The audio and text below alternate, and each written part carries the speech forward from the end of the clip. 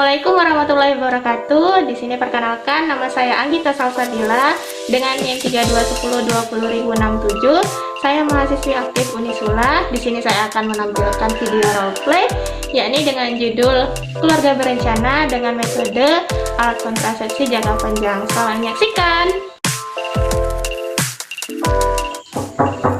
Assalamualaikum. Waalaikumsalam. Silakan masuk, Ibu. Silakan bisa duduk terlebih dahulu. Nah, bagaimana? Apakah duduknya sudah nyaman? Alhamdulillah sudah Ibu. Alhamdulillah kalau begitu. Nah, sebelumnya kita perkenalan dulu nih, Ibu. Di sini perkenalkan saya Bidan Anggi yang sedang bertugas di PMB pada pagi hari ini. Nah, saya isikan data-data terlebih dahulu nih. Mohon maaf, dengan Ibu siapa? Ibu Salsa. Ibu Salsa. Untuk umur sekarang 25 tahun. 25 tahun. Lalu untuk alamat sekarang, Ibu? Blok K3. Blok K3. Nah, Ibu, baik Ibu Salsa, mungkin langsung saja bagaimana Ibu, apakah ada yang bisa saya bantu? Iya Ibu, begini. Jadi saya sama suami saya ini sudah memutuskan untuk melakukan KB jangka panjang. Tapi saya ingin tidak mengganggu kegiatan saya untuk mengurus anak saya. Selain itu juga saya takut Bu untuk terkena jarum suntik. Jadi saya ingin meminta pendapat Ibu Bidan mengenai alat-alat kontrasepsi apa yang sesuai untuk saya gunakan, Bu. Oh, begitu ya, Ibu. Jadi di sini Ibu akan sudah memutuskan untuk menggunakan KB jangka panjang, agar Ibu tidak mengganggu aktivitas Ibu saat mengurus anak. Tapi Ibu ingin mengetahui jenis-jenis kontrasepsi apa yang bisa digunakan. Benar begitu, Ibu? Ya, benar Bu. Baik, sebelumnya mohon maaf saya tanya terlebih dahulu, Ibu. Nah, apakah sebelumnya Ibu sudah pernah menggunakan KB atau menjadi asesor KB? Benar Bu Bidan, saya pernah menjadi asesor KB. Nah, untuk selama ini Ibu menggunakan KB apa, Ibu? Menggunakan KB laktasi Bu Bidan. Oh, pil laktasi. Ya, pil laktasi. Nah, untuk yang selanjutnya, Ibu, apakah untuk sekarang Ibu sudah memiliki berapa anak? Baru satu Bu. Satu. Nah, untuk umurnya Ibu berapa? Umurnya usianya 10 bulan. 10 bulan.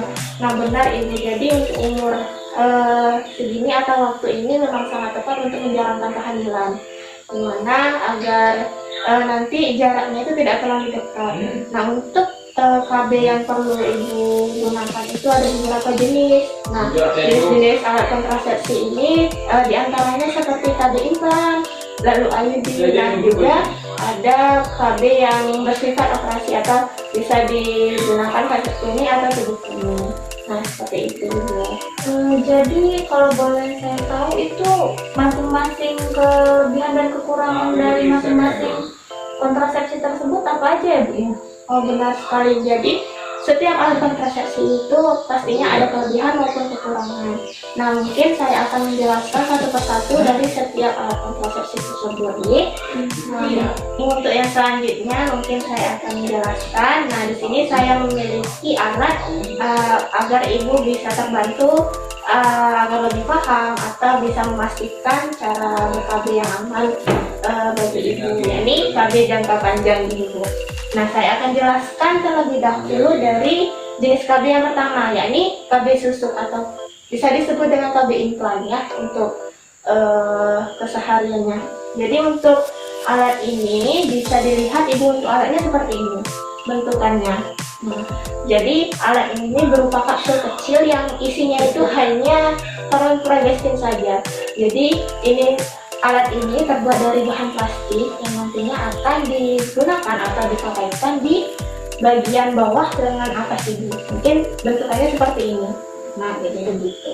Nah, untuk jangka waktu dari KB implan ini bisa dilakukan atau dipakai pada masa 3 tahun, atau untuk 3 macam pilihannya ini bisa dipakai 1 hingga 2 kapsul. Lalu untuk jangka yang selanjutnya yakni 5 tahun atau untuk 6 kapsul yang tersediaannya. Lalu untuk kelebihan dari KB implan di sini, di mana pastinya tidak harus dilakukannya pemeriksaan dalam atau pemeriksaan rahim. Nah, untuk yang selanjutnya pasti tidak akan mengganggu aktivitas apabila ibu melakukan senyaman. Nah, setelah itu tidak akan mempengaruhi produksi air susu ibu atau tidak mempengaruhi susu ibu. Lalu untuk yang selanjutnya terkait kekurangannya, nah di sini kekurangannya itu ibu bisa mengalami seperti bercak atau haidnya tidak teratur. Lalu untuk efek sampingnya ibu bisa mengalami seperti bercak atau haidnya tidak teratur. Lalu keluhan yang lebih tidak umum seperti berjerawat atau gatal-gatal. Nah, untuk keluhan yang mungkin sering terjadi itu bisa mual ataupun pusing. Nah, baik ibu, untuk penjelasan yang sudah saya jelaskan tadi, apakah ibu sudah lebih paham? Sudah. Alhamdulillah. Baik ibu, untuk yang selanjutnya dari alat kontrasepsi KB jangka panjang, yakni KDR atau alat kontrasepsi dalam rahim, yakni IUD. Di mana IUD ini bisa dilihat itu seperti ini. Untuk alatnya, untuk bentukannya seperti T. Jadi alat ini berupa alat kecil yang terbuat dari bahan plastik dan tembaga yang lentur yang nantinya akan dimasukkan ke dalam rahim ibu. Nah, untuk pemasangannya itu bisa dilakukan oleh dokter spesialis ataupun dari bidan yang terlatih. Lalu untuk pemasangannya ini dapat dilakukan kapan saja apabila ibu sudah memantapkan niat ibu dengan menggunakan KB ini. Lalu untuk kelebihan dari AKDR ini atau IUD itu tidak mempengaruhi produktivitas atau produksi air susu ibu. Jadi aman bagi ibu yang sedang mengurus anak ibu kemudian 10 bulan nih. Jadi untuk pemasangannya itu dapat dipasang setelah segera lahir atau dalam jangka waktu 48 jam atau setelah 4 minggu melahirkan. Nah, setelah itu sangat efektif atau bisa dicabut kapan saja apabila ibu sudah memutuskannya. Lalu untuk jangka waktunya itu bisa sampai 10 tahun. Nah, untuk yang selanjutnya itu kerugian. Dimana kerugian dari IUD ini pasti dari siklus haidnya ibu itu tidak teratur atau masa haid itu lebih panjang atau lebih banyak. Nah, karena itu pada saat bulan-bulan pertama itu ibu akan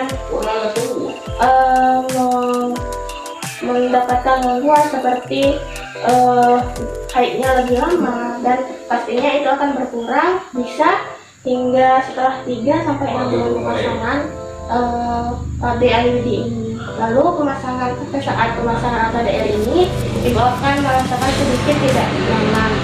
Nah, untuk KB IUD ini tidak melindungi dari infeksi menular seksual. Mungkin seperti itu. Berarti KB IUD itu dimasukkan rahim ya ibu bidan? Iya, benar sekali ibu. Jadi dari kedua jenis KB ini ada alat KB yang lainnya seperti yang dilakukan operasi. Ini ada KB tubektomi atau yang dilakukan pada wanita, di mana yang merupakan tindakan operasi yang menutup rahim yang sangat efektif dan lebih aman seperti itu. Lalu bisa dilihat untuk penutupannya seperti ini. Nah, untuk jadi rahim ibu ini tidak diangkatkan karena hanya menutup sebagiannya saja. Jadi lebih efektif dan pastinya lebih lama untuk prosesnya.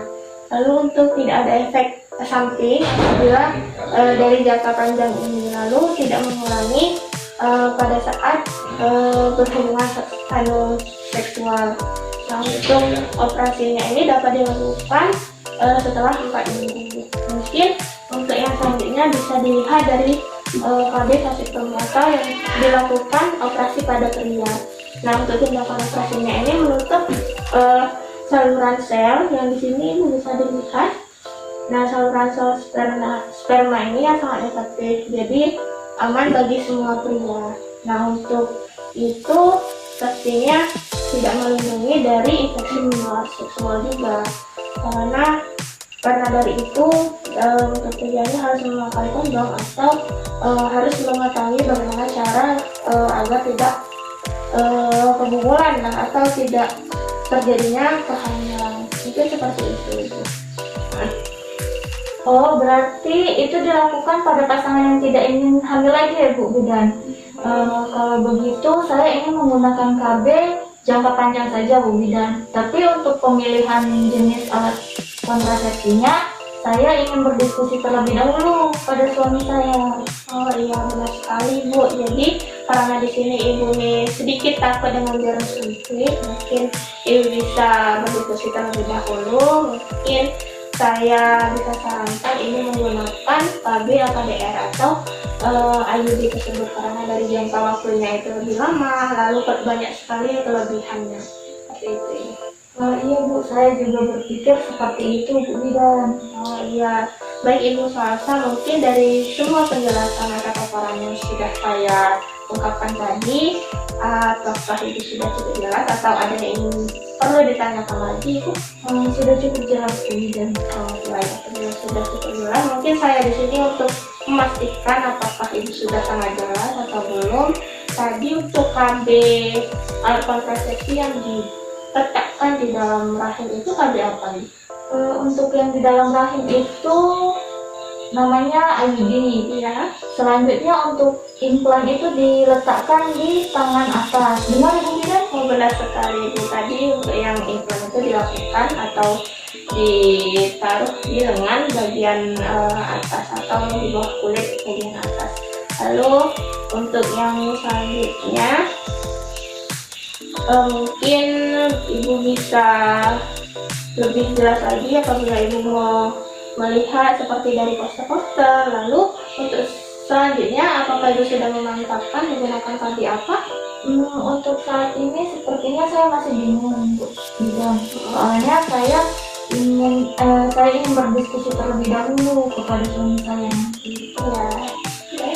Baik Ibu Salsa, mungkin untuk yang selanjutnya Ibu bisa melakukan kunjungan ulang ke sini apabila Ibu sudah menetapkan untuk menggunakan metode kontrasepsi jangka panjang apa. Nah untuk yang selanjutnya mungkin Ibu bisa berdiskusi kembali dengan suami Ibu bagaimana keselanjutannya seperti itu Ibu. Iya Bu Bidan, nanti saya akan melakukan kunjungan ulang ke sini. Setelah saya menetapkan alat kontrasepsi apa yang akan saya gunakan sesuai dengan saran Ibu Bidan. Iya, mungkin sekian saja Ibu. Terima kasih karena Ibu di sini sudah mendengarkan penjelasan dari saya. Semoga bisa bermanfaat bagi Ibu nih. Ya Ibu Bidan, terima kasih kembali. Saya izin pamit ya Ibu Bidan. Iya, Assalamualaikum. hati-hati. Waalaikumsalam.